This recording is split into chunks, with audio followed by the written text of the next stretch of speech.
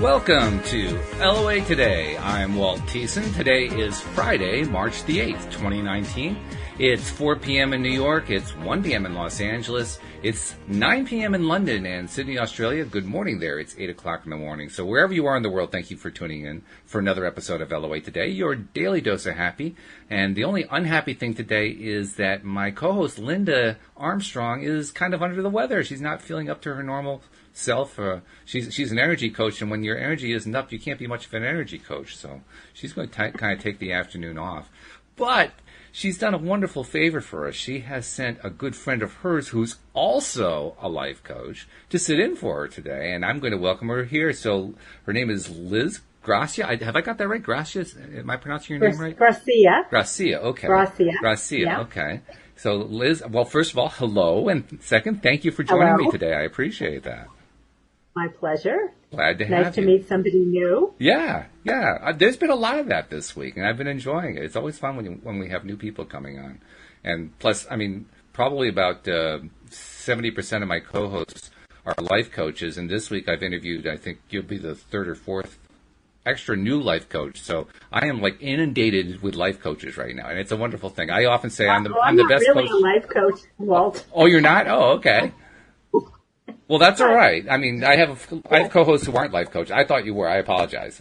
So my mistake. So actually, maybe I should take a step back. Why don't I let you tell us who you are instead of me guessing who you are? That's probably a better way to do this. Oh, well, that sounds good.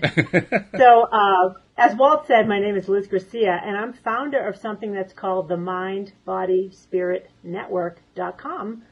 And that's how I met Linda Armstrong, who I'm subbing for today. Linda is a member of this network, and what I do is I help alternative and holistic transformational types of professionals with their online marketing efforts, and I do that within the context of a conscious community because I understand the power of networks and community online. So that's what I do there. But I am, like, not officially, but I do it for fun, a consciousness coach. Now, what is a consciousness coach? What exactly is that? I study consciousness, and I understand where power exists in consciousness.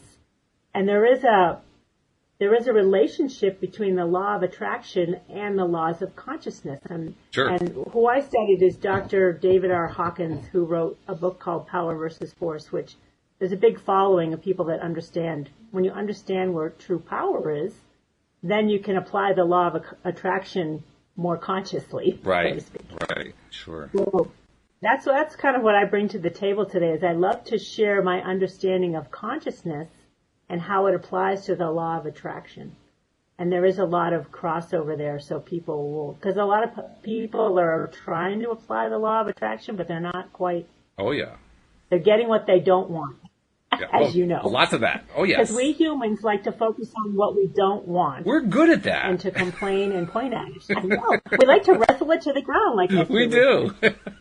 Or Abraham. I'm going to wrestle that one to the ground. Let's just do that and be miserable. I love it. That's great. That's excellent. Yeah, I agree with you. I got to ask you, one of my co-hosts, her name is Cindy Chavez, and she's wonderful. She and I have been doing a lot of studying on the Wednesday afternoon podcast of the material of Neville Goddard. And Neville Goddard is very much also into consciousness. So I'm wondering, is there an overlap there between him and your guy?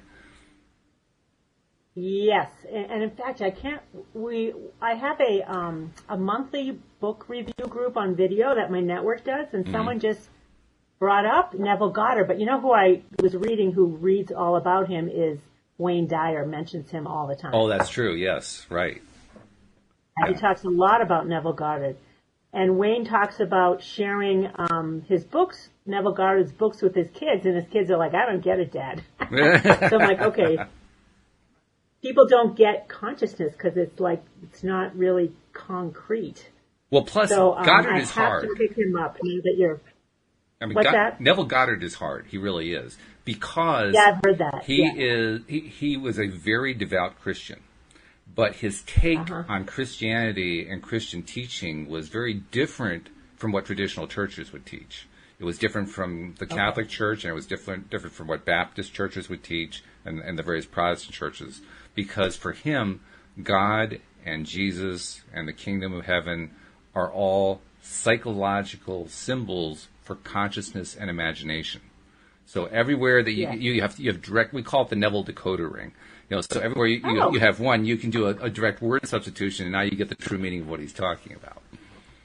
Now, is he from the early 1900s, Walt, or do you know? He was an actor who acted in New York City in the 1920s, and then he met, the way the story goes is he met this mystic from the Middle East named Abdullah. Not much is known about Abdullah, but Abdullah was the one who explained to him the mystic understanding, so to speak, of the Bible and of Christianity. And that became the basis for what Neville taught. And then Neville did his teaching starting in the 1930s through the mid-1960s, something like that. And he passed in the early 1970s. So he's kind of like in the middle of the 20th century. At least somewhat contemporary. So yeah.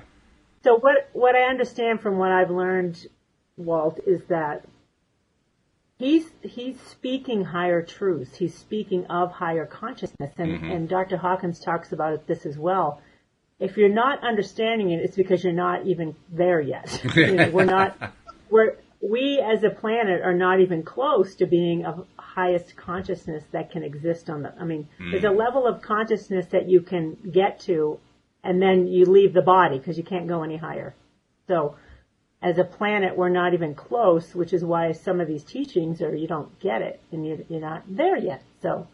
Well, it also helps to have a co-host like Cindy Chavez who's really studied this stuff, and she's been able to make it simple enough that, I've kind of followed along. I'm getting it now. And at first... Oh, good, yeah. Well, plus I also had, and she kind of has a similar thing here too, I had a negative thing where the church was concerned. I actually rejected and pushed the church away when I was in my teens, and kind of retained a sort of resentment over the years. So I didn't even want to look at all that stuff for the longest time. And studying this stuff gave me a way to come back to it in a way that I didn't have to be hostile anymore. I could actually feel a little bit of friendliness, because now it could make some sense to me, whereas the way it was taught before made no sense to me at all. Right. So. Yeah, resistance doesn't help. You should know that by now. No kidding, really? Yes. Like, really? Can I point and hate and just hate and hate and hate and resist? Sure you can. Yeah, you can do it as long as you want to. Yeah, right. Right. So That's what I was drawn to you guys when I read your About page, because you're here to have fun and be positive. Yes. Oh, and we have lots of fun. This show is all about having fun and laughing and not taking ourselves too seriously, and just but learning and trying to share our knowledge and share it with each other and pick stuff up from each other, and it's a wonderful journey. I've really enjoyed it very much. So I feel like, Walt, with all my studies of consciousness, I feel like I have come here to make it simpler as well. It's like, all right, let's dumb it down. Yes. Not to be insulting, but honestly, if this is high level stuff, you're like, we got to bring it way down so that we can get it. Well, there's nothing insulting about that. That's just you learn at the level that you're at. That's all there is to that. Exactly. Yeah. And everybody's at a different level. There's a lot level. of levels too. There are. Way. There are. Yeah. Many levels. I kind of learned you don't have to be intimidated by any of it. Even if you aren't getting it yet, you can just kind of trust that you're going to get it soon, and just keep listening to LOA Today, and we'll bring in more and more experts to help you understand. Oh my God, Walt, I'm going to learn so much today. Let me tell you. I do it. It's my regular joke, and it isn't so much a funny joke anymore. It's more like I like to tell it. I'm the best coach man in America. I have more life coaches talking to me every single week than anybody else does. So. My God, you're getting so much good stuff there, yeah. Oh, Walt. It's incredible. Linda is amazing. That's really what's going on here. Absolutely. You've asked for something, and you're getting it through this. Are you? You're not kidding. I'm telling you, it really is true. Yeah, and it's wonderful. All right, so we're putting it out there together that this is going to turn into something bigger for you. I like that. Cool. Yes. I like that. Really, really good. I'm pretty good at projecting stuff onto people and saying, guess what? So just watch out. Be prepared. I can hardly wait. That's all I'm saying. No, I'm serious. Right. Over the last 4 or 5 months, that's been a regular message of mine. I want more listeners. I want to get this bigger and bigger and bigger. I want to reach millions of people. So. All right. Then there you have it. You just said it out loud. Yep. For about the 25th time. Don't put a block up now. Don't Yeah, let that's the right. brakes. No brakes. Take the brakes. Have you seen that insurance commercial when where a guy goes in to get his brakes fixed? Remind and then me. the brake guy says, so the guy goes in to get his car fixed, his brakes, and he says to the mechanic, do you do a good job at fixing brakes? He goes, yeah, but, nothing's going to stop you. Ooh. So, anyway, the point being, you don't have to put on your brakes because something will, get in your way, like, This is a true. nice little offer to have millions of people show up. This is And true. then you'd be like, what do I do now? I'm talking to a million people. Oops. Well, I would imagine that's kind of the direction you're headed with your institute, isn't it? Because, you brought all these people in who are a variety of different experts. And I don't even know. I know what Linda does, but I'm not sure what the others do, Oh, we have a mix of like a medical medium, which is super fascinating. Medical mediums. We have kind of corporate wellness meditation specialists that are just like killer with guided meditations and Ayurvedic stuff. I've got this really super interesting 20-year vet. He's an ex-Army warrant officer, and he went to Iraq 5 times. I'm like, dude. Wow. Holy crow. Yeah. And he went through a lot, he had a lot of suffering. So he's turning it around, and he's becoming a transformational leader. And he's like, so like raw and just telling it like it is. But he's really awesome to listen to. He's starting his own YouTube channel. So very cool. My intention is to attract really gifted healers and shifters and thought leaders, change agents, and give them a platform. Because they're not marketers, any of them. So I help them. Well, there aren't. I've marketed all my life, guy. and I'm still learning how to do the darn thing. So it's not an easy thing. Online marketing is the most difficult, simple thing in the world. It truly is. Yeah, there's a lot of moving parts. There are, yes. So I'm like the healer's marketer because I'm a healer myself, like unwitting. I'm an unwitting healer and mystic. But I also do some business related stuff too. So I'm like the king combo for those alternative types. Well, I'm like, just forget about your marketing. Give it to me. I'll take care of you. You just got to let it in. Well, healing actually, that's going to be good for that. Your job, let it in. Yeah, exactly. Yeah, but healing is going to be good for that, isn't it? Because part of healing covers a wide range of things, and one of the things that you can heal is your feeling of frustration or inadequacy or whatever, that you can't get your own business out there. That needs healing. Yes. In fact, I have a client, a member. She's been an acupuncturist for 30 years. She's like, we call her a spiritual elder because she's in her 70s now, but now she's coaching other healers to market their businesses in this really interesting holistic way because she's they're called a 5 elements acupuncturist. So they look at all 5 elements of the earth. And she's kind of incorporated that into your business. It's like, oh, what a great, wow, I love that. Absolutely. So the marketing part of your business, Walt, would be your fire element. What's the fire of your business? Okay. Yeah. And the metal is the money. Yeah. The money element. Right. The, what's the first one? Anyway. There's water, metal, earth, wood. I forget them all now, but each element represents a different part of your business. And she made a really excellent point that it's everything in consciousness is a living system. Your business, your LOA today, is a living, breathing entity, whether you're aware of it or not. That almost gets scary. No, I think it's kind of cool. Well, I guess it depends which way you take it. You can take it as it's this wonderful, beautiful being that's growing up, or you could treat it as, oh my God, it's this monstrosity that's building up. It could be either way. Yes. Yeah, let's not go there. No, that's probably not the best way to go. I agree with you. Right. You're all about the fun, so that's already the essence of what you're wanting to do. So I don't think there's a monster in there unless you get in the way. Well, interesting thing about monsters. Monsters are actually our way of kind of metaphorically describing contrast. Yes. Good. That's really what they are, you know? So how are you going to treat them? I mean, like, we've been working on we're actually developing, I mentioned this to you before the podcast, we're actually developing a fictional story. One of my co-hosts, Alex King, and I started this about a month ago, and then this morning she and I and Tom Wells were kind of fleshing it out some more. And the idea is to create a fictional series that we can include as like a segment here on the podcast. It's kind of like a TV program or an old style radio program, but done in podcast format. And it would have the same kind of drama as, you know, anything else. It might be more like along the lines of a romantic comedy, but it would also have dramatic aspects to it. And I got to tell you, I mean, we were fleshing out the characters today. These characters are really dysfunctional people. So talk about creating a monster. But where we're going with it is, once we get it all fleshed out, we create out, you know, these various subplots and so forth.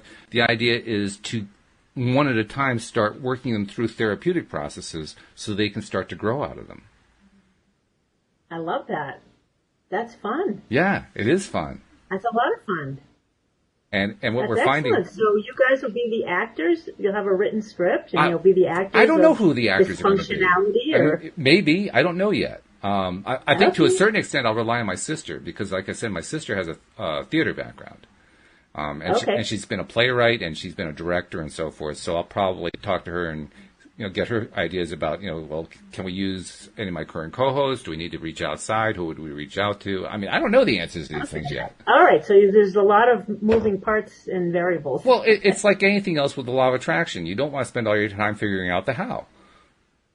Right. Right? You know, so we're just diving in. We're just starting to create the thing and see where it goes. Yeah. Exactly. Yeah. Let the creative. That's a lot more juice and creativity than. Well, I'm telling you, I was going through. I don't normally play back all the episodes because it would take too long. I mean, I got 10 episodes a week that I'm doing, but I was playing through this episode today. I've got 5 pages of notes so far off of that episode, trying to piece together all the pieces that we've gathered. And I mean, these characters they're scary.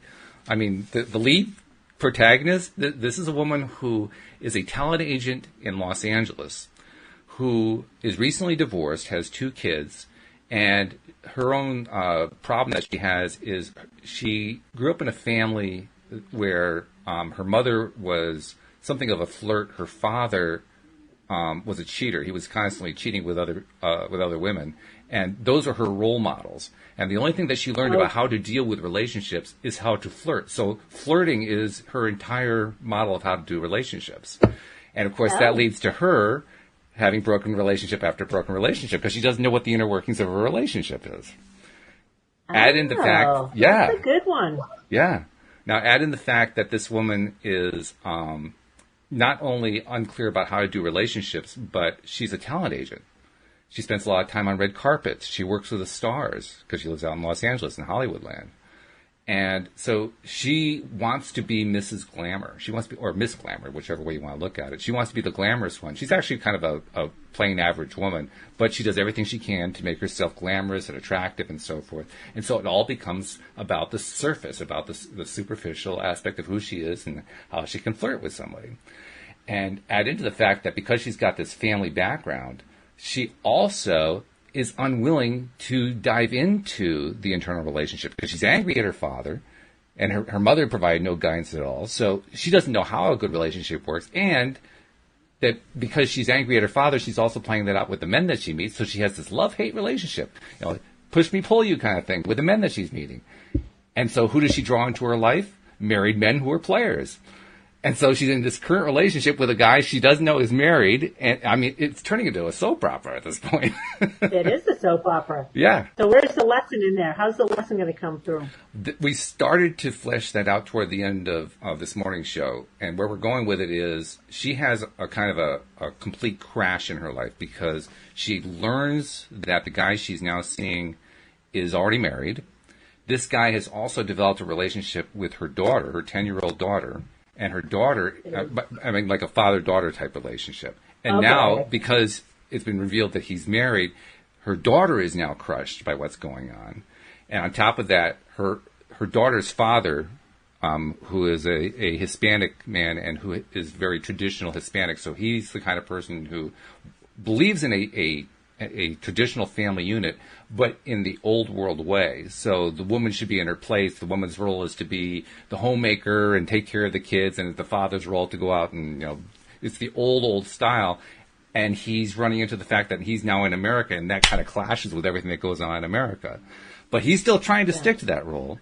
He takes his son out on their boat all the time, and he's constantly showing him what the man does out on the ocean and bringing in the seafood and all that kind of thing. But that's not for the daughter. So the daughter is now alienated from her father because her father won't spend any time with her, alienated from the new man in her mother's life because that new man is now a married man, and so he's basically proven to be a cheat and a liar. And her mother is now falling apart, so her mother's not available to her. So Lana is basically falling apart. So now there's two crises going on at the same time.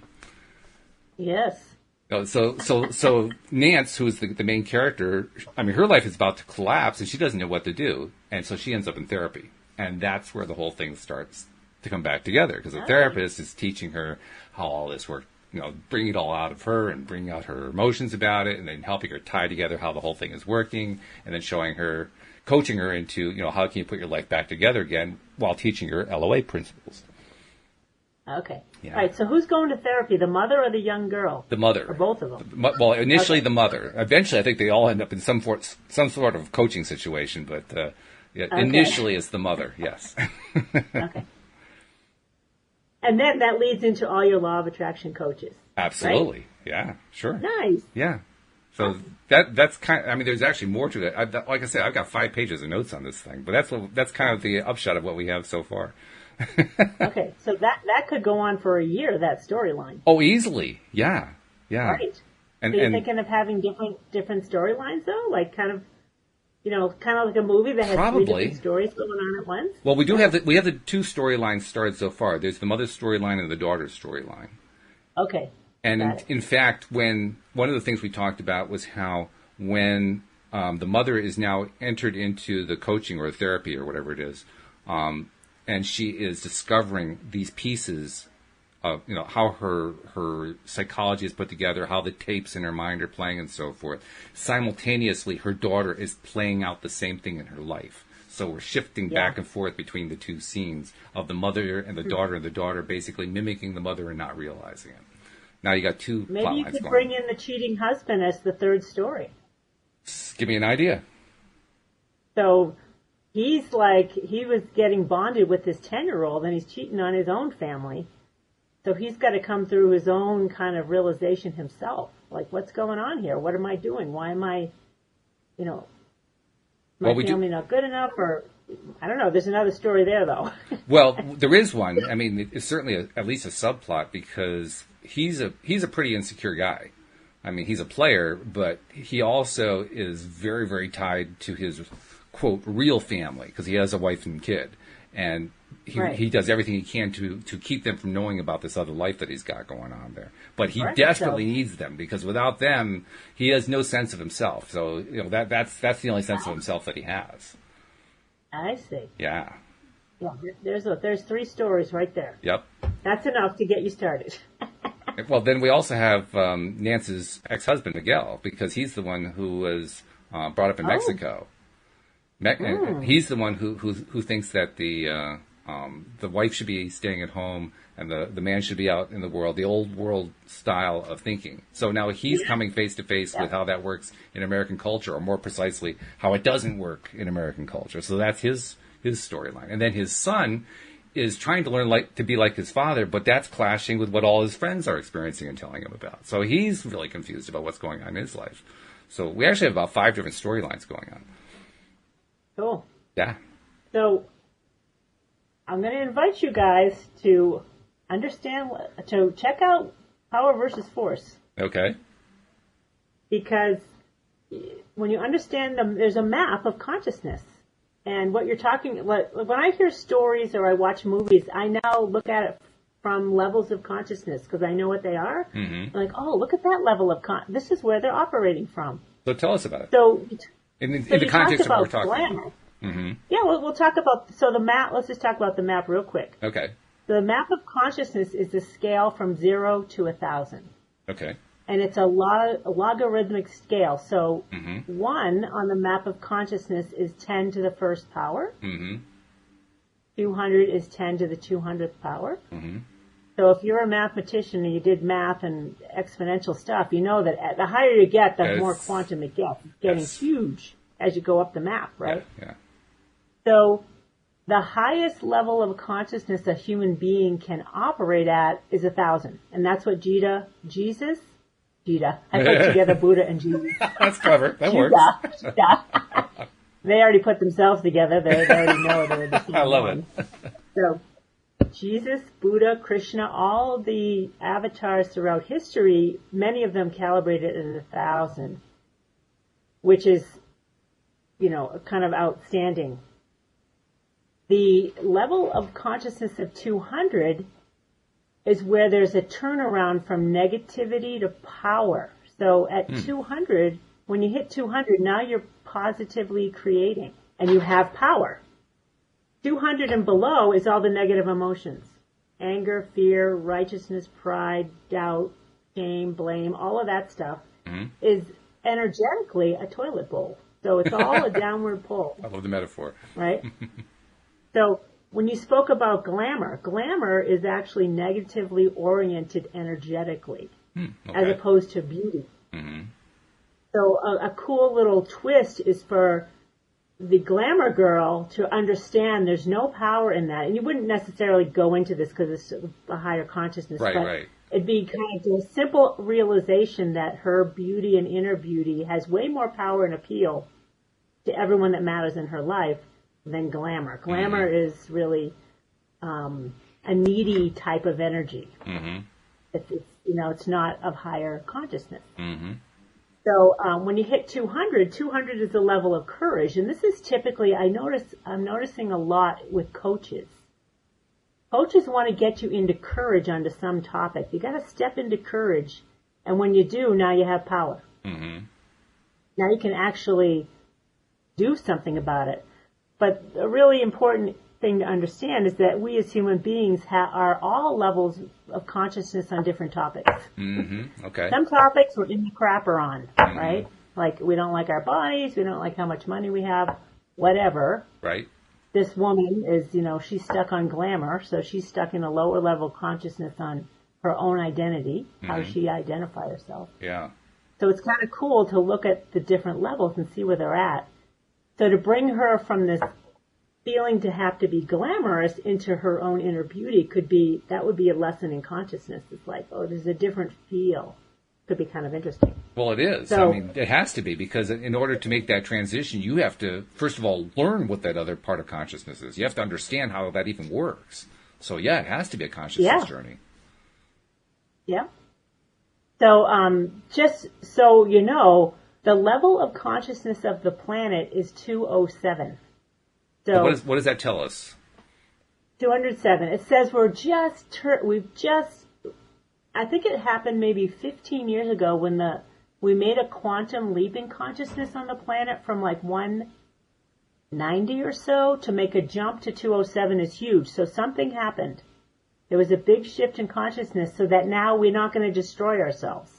Good to know. A planet that operates with the technology that we have, under 200, we will destroy ourselves. But Hawkins is like, somehow we made it so that we don't have to be concerned about that unless we take another nosedive in consciousness. So it's just kind of interesting to know. And as you move up the map, when you get up to 500, this is another interesting point, and there's a couple of places. Let's start at 350 because Esther and Abraham talk about being willing to accept you're the creator of your own consciousness. She says that all the time. Right. Right? Yep. We're just trying to get you guys to be willing to accept you're the creator of your own consciousness. She always says it. On the map of consciousness, comes in at 350. So that's a quantum leap up from courage, right? To be willing to accept you're the creator of your own mess. Right. Is essentially what we have to accept now. Like, exactly. Most humans are making a mess of their lives because they don't know any better. So when you're willing to take responsibility and stop blaming anything outside of you, you'll come into a significant amount of power. Mm-hmm. Okay. Like huge. All right? And this is also the level of consciousness that is required to solve problems. You got to be in the 250 range to solve a problem significantly. So that's good to know as well. Mm-hmm. Okay. Like you look at our political, every president should have a consciousness advisor. That would be interesting. because you can measure someone's suggested solution.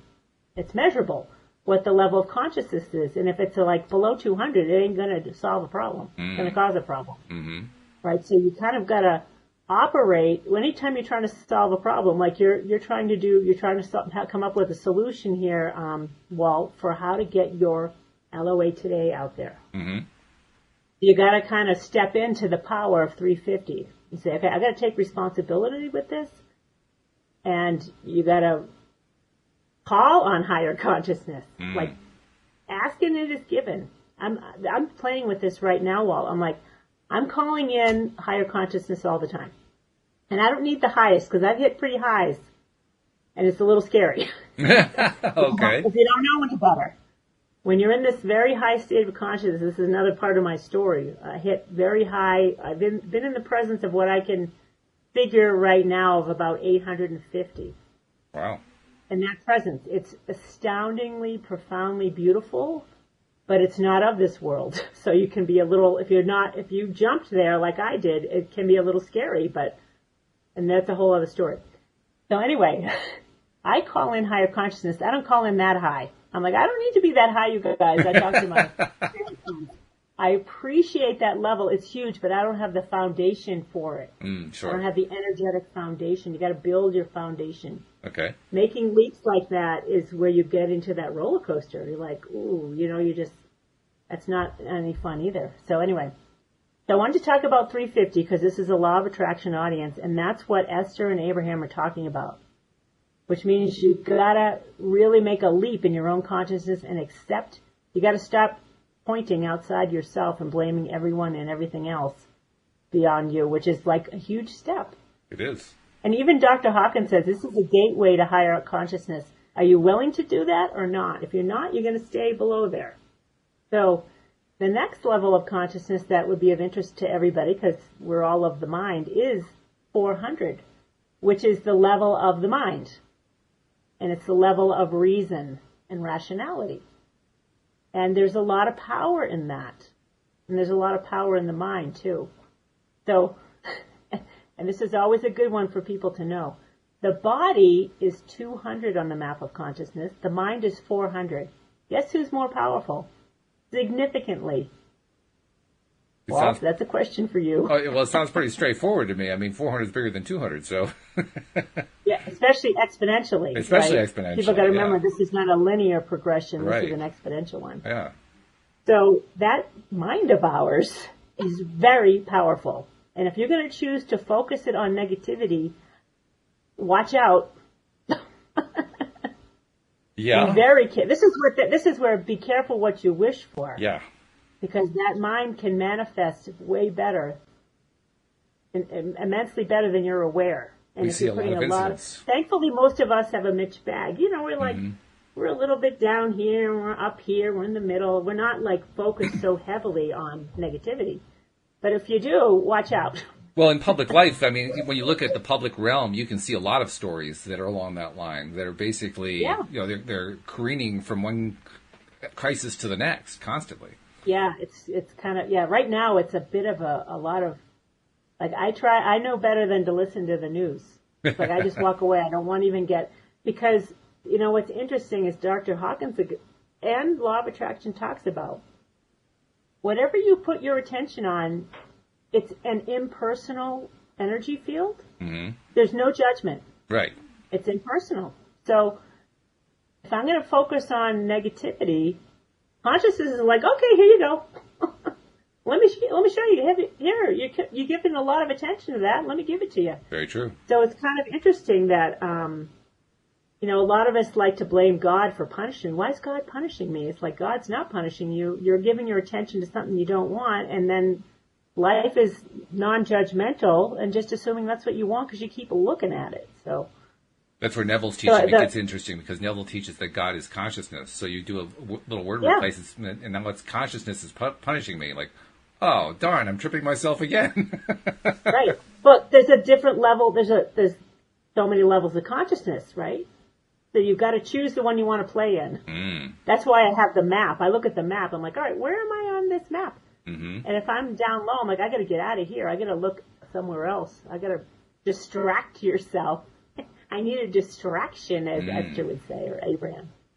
But a good point about the 400 mind is also really basic, is whatever you're telling your body, the body believes. The thought about your body, the body believes. So, I'm going to die of cancer. Okay. The body's like, all right, let me help you with that. Or I'm fat and ugly. Okay, let me show you what that looks like. As opposed to loving and honoring the body. And Dr. Hawkins likes to treat the body like a pet, because at higher consciousness, it is. It's not you are not the body at a higher level of consciousness at all. So let me ask you a question. Yeah. Bringing in the concept of subconsciousness. Now, this is a concept where some people say, well, consciousness and subconsciousness, they're really the same thing. It's just two different ways of looking at the same thing. Others say they're two separate things. Some people say that the body is where the subconscious mind is. Where does this particular approach that you're talking about, does it even include subconscious, or is it not part of it, or how does it work? Well, I think it's probably part of it, but the subconscious mind is kind of giving you what you want. This is like free will. In fact, I just today I found this guy, Dr. Bradley Nelson. Have you ever heard of him? No, I don't know that. Sound familiar? No. He wrote a book, and he has some stuff on Gaia.com, some interesting videos about the emotion code. He's talking about emotions and the subconscious. So he's saying the subconscious is aware of everything that you've ever thought, interacted with, experienced, everything. And if you have a traumatic event, for example, there's energy in the body that gets stuck. And so we have all this emotional baggage that's getting stuck in the body that he's talking about, how to work your way through it. And I think it has to be brought into conscious awareness. The subconscious has it. And I guess, at another level, the subconscious is, you're here to experience this, so who am I to get in the way? I'm going to let it, you're going to see what happens. This is what happens as being a human. Right. And then when you get conscious, you're like, okay, I got to bring the subconscious to awareness. So I'm willing to look at it and bring it into awareness, I guess. They're two different levels, they're two different approaches. Okay. That's my guess. Okay. Based on things I've seen. Well, it adds up. I mean, it sounds like the concept hasn't really been developed a lot in Hawkins' approach, in his program, so to speak. Well, it has. He's friggin' brilliant. Oh, okay. I don't fully understand everything he's talking about. He was like an esteemed psychiatrist with the largest psychiatric practice in Manhattan. Really? For many years. Yeah, wow. He's no dummy. And then he took on the science of consciousness. For decades, he's been studying it, doing the research, getting the data together, and then sharing his talks. He's awesome to listen to. He's funny, and he's of highest consciousness. He has experienced what I have for ongoing periods of time. So he operates from a very significantly much higher level of consciousness, though he has passed. He passed about 4 years ago. Linda just signaled me that she's been commenting like crazy, which she has. I've been trying to follow the comments while we've been having our conversation.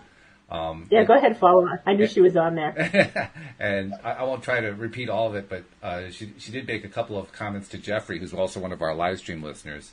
Okay. Let's see, where was I coming to? Oh, she says, yes, Liz, thank you. This is why I use the gate modality. It's all about releasing from the cells of the body. Totally works, she says. Oh, okay. Yeah. Yeah. So Dr. Bradley is talking about, Dr. Hawkins talks about it too, but Dr. Bradley is kind of taking it a step further in my understanding of how to actually release some of this stuff, and which is what Linda's doing. Mm-hmm. So Hawkins realized that you've got to let go of your own negativity and all your baggage. But some of it's buried so deep you don't know how to get to it. And that's where Linda and other healers like her can get to it. It's like, let's get to it and see where it's at. Where is it? and help to release it. And I think I'm feeling like you've got to recognize some aspects of that, those buried things. I don't know that you can just let them go. Some of them may require conscious awareness. Well, it's been an education for me co-hosting with Linda on Friday afternoons, because she's been introducing me to a lot of these concepts and and helping me to even just connect energetically, because I was never really good at doing that connection before. Now I'm getting it, and like she says, it's always been there, but I never really realized what it was that I was experiencing, and so she's helping me to understand that. Right. But it's quite the education. I'm learning more and more. I've actually gotten to the point now, under her guidance, but I've gotten to the point where I can actually feel my aura, like 3 or 4 feet out. Like, cool, this is great. I love this. Yeah. So while we have Linda Armstrong on the line, I do want to make a comment. Sure. That's related to her. So we talked about the mind is at 400, and I want everyone out there to stop telling your body it's bad. Start loving on that body of yours, because the body is way weaker than the mind. So want to make sure to get that one across. And I've been working with that in a big way. And I love to, I totally am not willing to buy into the whole aging thing whatsoever. Oh, we got to have a good conversation about that, because that's one of my favorite things. There's no need for that. So the next level, which is another spiritual gateway, is the level of 500. Okay. And the reason why that's significant is because you're now entering the spiritual realm. You're getting out of the mind. An interesting point is that Einstein, Freud, genius levels hit 499. And really? they kind of they hit a wall. They're genius in the mental realm, but they hit a wall in the spiritual realm because they have to let go of the mind. What does that mean? To get into higher truths. Well, you can't rely on the mind. Okay. There's a limited truth. You've got to enter the non-linear realm to realize consciousness is way more massive than we petty little humans think, right? So when you hit 500, this is the level of love. And the reason I want to bring it up now is because Linda Armstrong is focused always on the love. Oh, brilliantly. Which is super powerful. And true healing and true healers operate from 500 and above. Ah, okay. Of which, when you hit 540, which is unconditional love and joy, there's only 0.4% of the world ever reaches that level. Mm-hmm. And then as you go up, it's fewer and fewer and fewer. Sure. Very few. And this is a good point. His last writing, there were 12 people on the planet that calibrated at 600 above, which is the level of peace. Which you can't, once you hit 500, you're in another realm. Mm-hmm. When your whole consciousness is 500 above. I hit 540 very quickly, and then I went higher and higher. But then I crashed because I didn't have the foundation for it. Mm-hmm. I don't have the foundation, and I had fear and misunderstanding about what's going on. But we all have some of that, so that's how we can kind of, integrate it all. But you need to know that love is the truth and way, way more powerful than you can imagine. We have a question for you on what you're talking about right now. We have a question. One of our audience, the live stream audience. Okay. Her name is Saira, and she says, "Is 500 what they call the fourth or the fifth dimension?" No. Hawkins does not calibrate dimensions as being true. The fifth dimension, as I recall. I'd have to refer back to his, it is a different dimension though when you hit 500. It's a very different experience of life, and feeling the presence of love and divinity is a huge shift. When you feel it. And I was in the presence, I could feel the presence of love and divinity and higher, presence. So it's just, it's very hard to describe because it's not of this world. Jeffrey but you're in it. You're in this world, but not of it. Jeffrey also has a question. He says, how are these consciousnesses measured externally? And I'm not even sure what he means, but I'll throw it out there and see if you can handle it. Okay. The measure is done through applied kinesiology or muscle testing. Have you ever heard of that, Walt? Oh, yeah. You know Linda, muscle testing? Yeah, Linda's led us through that, and others have. So it's through muscle testing that you would test. You hold a statement in mind. You don't ask a question. You hold a statement in mind. And the body, which is part of consciousness, will respond. So you have an arm out here and you say a statement and the body will say, and then you can say, this statement calibrates on the map of consciousness at 200 above. And you just keep going until you go weak, right? So you keep measuring it. And then it's like, no. So then, okay, then it's 150, yes. 175, yes. And you just kind of keep. So he did this with thousands of people and millions of calibrations on thousands of topics. Mm-hmm. Super fascinating. He calibrated historic events and people throughout history, authors, music, super, really interesting books to have as a reference so you can start recontextualizing what you believe in life. Where's truth? I call myself the trumpeter of truth. Okay. All right. There's all levels of truth, mm-hmm. which is kind of funny. There are different versions of truth. When you get into higher levels, you perceive differently, which is interesting. Now, I'm starting to feel it in my own life. You start to feel lovingness, mm-hmm. and you won't judge anybody. You stop judging. As you get into higher levels, you stop judging. That's and good. You just kind of neutral. This is a great way to go, Walt. Neutral is 250 on the map of consciousness. And when you decide that you don't have to have a position on anything, you don't have to be right, and you don't have to be in control, it's a huge leap in freedom. I believe that. I experienced this when I was young, mm-hmm. when I stopped battling with my mother. My mom had to be right. I finally said, I give. Mm-hmm. And I didn't know that I was making a leap into neutrality, which is a leap in consciousness. But it's really kind of a beautiful thing. But right now, there's so much crap about having to be right about everything that it's all lower consciousness. Just ignore it. Be neutral. Mm-hmm. Be neutral about yourself, too, by the way. What do you mean by that, be neutral? To stop disparaging yourself. Oh, okay. If you catch yourself being critical, you're like, whoa, step back. Mm-hmm. And say, okay, no, I'm going to be neutral. Mm-hmm. There's so much power in that, and eventually, the power of being neutral about yourself is going to bring you into a level where you can start loving yourself and having fun, and if you're not, a lot of people are not loving themselves. So neutral, I always say, go neutral, man. There's so much, the power is huge when you realize how huge it is, being neutral. Well, that actually raises a question that I've been wondering about since pretty much you started talking about this consciousness scale or these levels or so, or however you want to call it, because it's a logarithmic scale, which means it's hyperbolic in the way that it goes up. Good word. Yeah. Well, I'm wondering, how did Dr. Hawkins come to the conclusion that it was a hyperbolic scale? How did he know that it was logarithmic? There's got to be some way that he came to that conclusion. I didn't understand the term he used for it's like a megahertzy Scooby-Wooby word that I don't know what the name of the energy. It's a type of energy he's measuring. Oh, okay. All right, so he had to use, he was divinely guided, so he got stuff.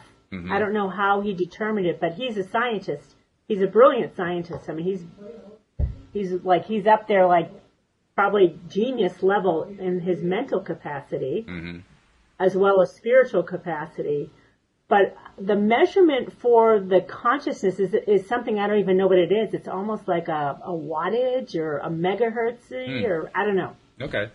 Linda will tell you I'm always interested in the scientific side, so that's why I was curious about that. So I didn't know. I wasn't familiar with the measurement. That's okay. But he made it simple for us by saying, it's 1 to the 10th power. It's all to the 10th, 200th power, blah, blah, blah. You just keep going up. Yeah. But there is a measurement that if you're a scientist, you'd probably know better than I, and it's in his book, Walt. You'll have to tell me what it means. Oh, okay. I don't understand it. It's definitely scientific numbers I'm not familiar with. That's fine. That's all right. I did great in advanced calculus, and then I hit a wall. Yeah. Understandable. Yeah, reason. I ran into the same wall myself, although I found that my wall was more about, I thought that I wanted to learn advanced levels of calculus, and then I found I didn't.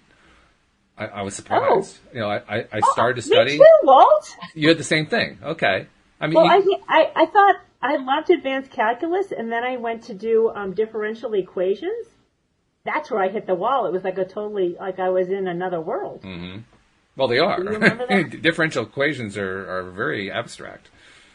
I thought I was going to have fun with them. I'm like, I had to take an F. I'm like, what? I went from an A in advanced calculus to an F.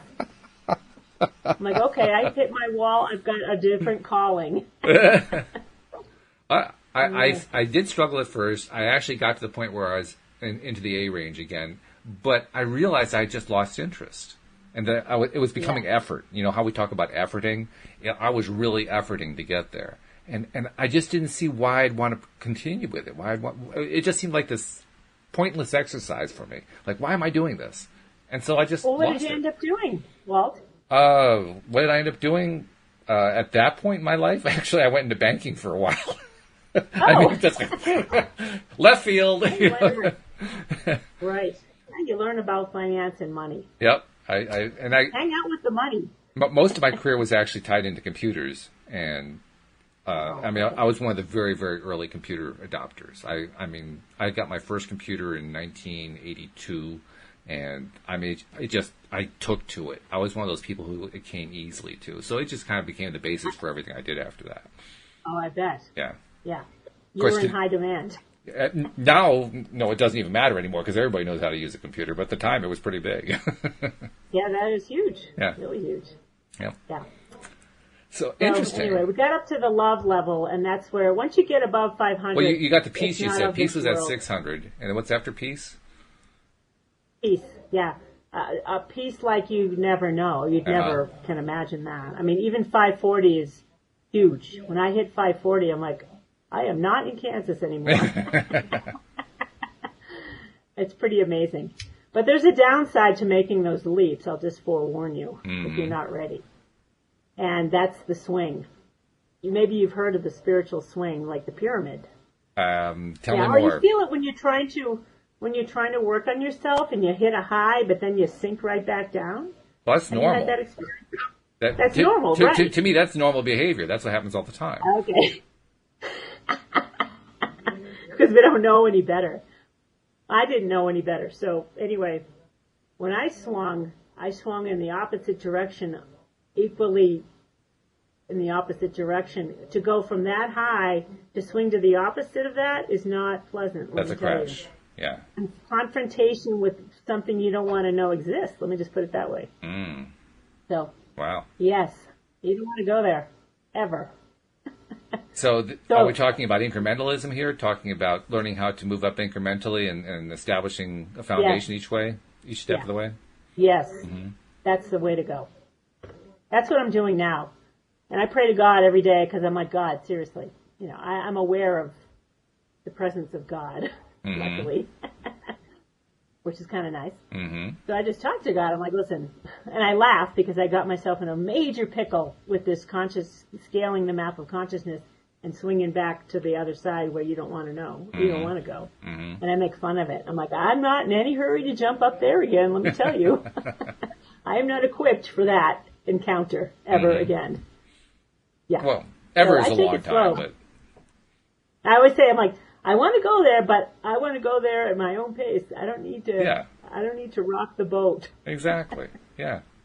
And it makes sense because when we take one step at a time instead of trying to take 20 steps at a time, well, first of all, you're not as likely to strain the ligaments of your leg because you're not reaching too far, you know. Yes. And second of all, it fits the Abraham formula. It's easy. It's easy to take small steps. It's only when you're trying to take big steps that you trip and fall and hurt yourself and stub your toe and smash your face into the ground or whatever. So here's an interesting little tidbit about this, about taking steps. Hawkins has found that if you move up even 1/10 of a point on the map of consciousness, because it's hyperbolic, right, Walt? It's hyperbolic. Right.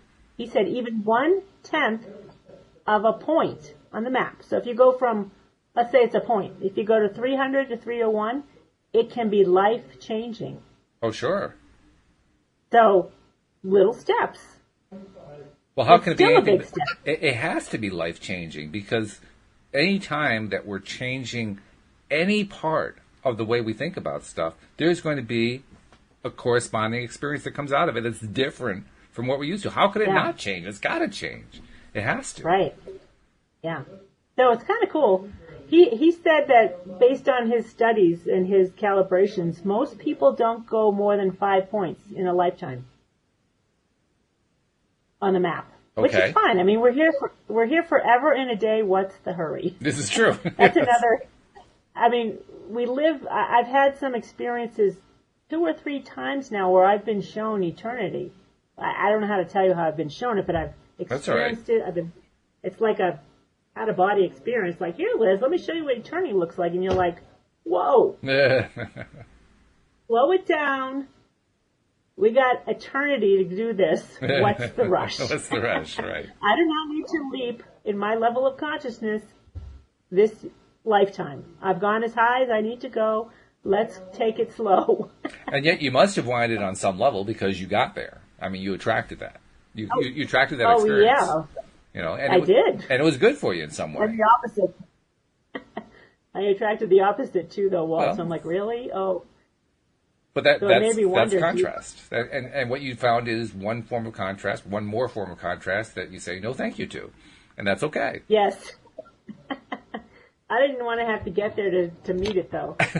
No one else. Well, you're kind of like Anyway. Edison with the light bulb, right? He found 10,000 ways now to invent the electric light bulb. That's what you're doing. You're finding yeah. right? Here's one more Thank way you for for me the not to spin be on that. enlightened. I don't want to be enlightened that way. No, thank you. Not that way. Right, there's no rush. Yeah. Many people think they want to have a spiritual awakening. I'm like, well, maybe you don't. Although one little point is a spiritual awakening for people. I had like, I don't know, I think I had 500-point leap. That's huge. That was a little uncalled for. Yeah. Yeah. Well, it knocks you off balance. You don't know how to handle it, so it feels uncomfortable. That's understandable. Yes. But on the other hand, like Abraham points out, the way they say it more in the negative. I like to turn it into the positive. But they say, you can't get it wrong and you'll never get it done. And I turn that around to, you always get it right and the road goes on forever. Which is basically just flipping the same thing around, you know. But, yes. Oh, I like that. But when you look at it that way, there was nothing wrong with what you did. What you did was perfectly right for you. It was great. You know, just not where you want to keep going, and that's all. No, exactly. Yeah. So here's another good thing for everybody to know.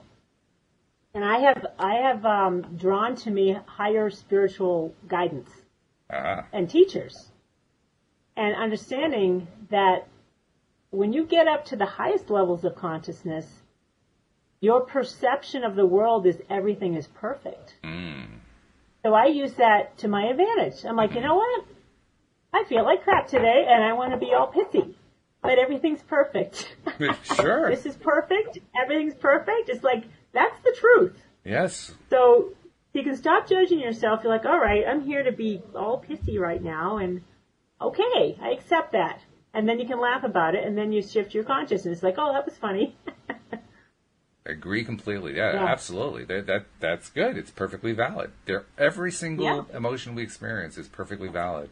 And you're right. We are sheer perfection right now, Walt, by the way. Yeah, no kidding.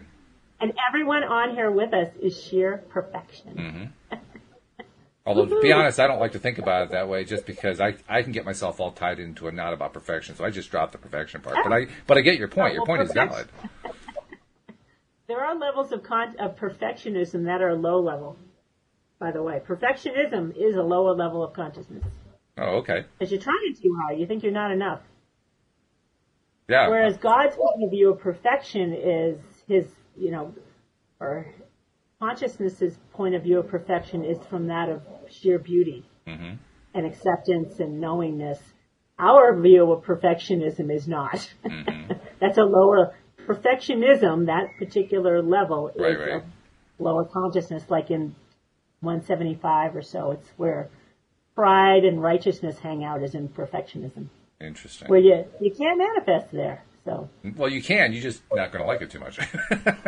Right. You can't manifest what you want. I meant to say what you want. Yeah, exactly. Right. You get what you don't want, for sure. Take it from Very someone true. who's good at that. I'm good at that. Well, I think we all are to some degree, but it sounds like you've had some pretty unique experiences, perhaps, which is a good thing. Yeah.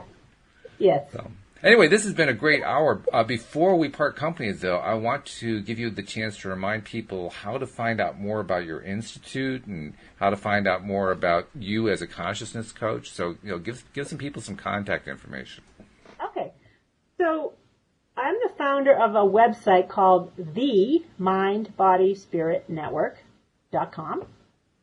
And I haven't put together consciousness classes yet, but people keep asking me to. So they will come up, but I have done webinars that I've recorded with, I used to have an online meetup group, Walt, where we met every week and I give presentations on all different topics, and like Linda would come on and present. And, fun. I think once I need to take a break from it. I've been doing it for 2 years, but we have tons of great webinars, and we have some webinars on there where a bunch of members came and we did healing, like live healing, and you can just listen to it. And Linda goes through this healing process during some of those webinars, so and she's good at it. You can check that out. She's very good. Mm-hmm. And other healers were on there too that walk you through guided, and they're super yummy. I'm like, oh my God, this is so good. So anyway, the mindbodyspiritnetwork.com is where you can find alternative and holistic and energy healers and like medical mediums and intuitives and everything under the sun. And then we have tons of, our YouTube channel is the MBS TV, I think, YouTube channel. Okay. You can click on our YouTube channel, but we have High Vibe Tribe Q&A interviews, kind of like what we're doing here. So I interview all of our members, so you get to know them better. That's all High Vibe Tribe TV. We have all kinds of content on the network and ways to interact with people and take courses and get some healing, schedule some healing with one of our members, and yeah. Very good. I'm trying to put all these alternative healer types into one place so you can find them, because they don't know how to market themselves. Well, it's a good thing, too. It's nice to have a central portal to handle that kind of thing, because it's going to make it easier for people to find them, regardless of whether people know how to market themselves. Yeah. There's also the other side. People don't necessarily know how to find stuff. So, yeah, having one central location is I'm kind of a whiz at the whole search thing, too. That's how I got this started. Is very good. I'm kind of expert in search engine optimization stuff and helping people do so. All right. Yeah. Well, good. Well, thank you for joining us on the program. I mean, this has been truly enlightening. We're learning about enlightenment in a different way. Yes, that's my point. Yeah. Very, very cool. Thank you. We're going to have you back again sometime. I have friends in high places that guide me, like, go here, let's go light up some corner of the earth today. All right. And when you say high places, you mean high. I mean really high. I'm not kidding. I know how to call them in, baby. They're ever present. I'm like, yes, I accept that. What we'll have to do is we'll have to have you back sometime when Linda's feeling well, and we can do all three of us together, and I bet you we'll create some real high vibration that way. I would love to do that, Walt. Okay. Thank you, and thanks everyone who's out there. Happy to be here and glad to have you listening in today. And absolutely loving on Walt. Yes, thank you to our live stream listeners. Thank you to our regular podcast listeners, without whom we would have a podcast. We really appreciate all of you, and we'll see you all next time here on LOA Today. Goodbye, everybody.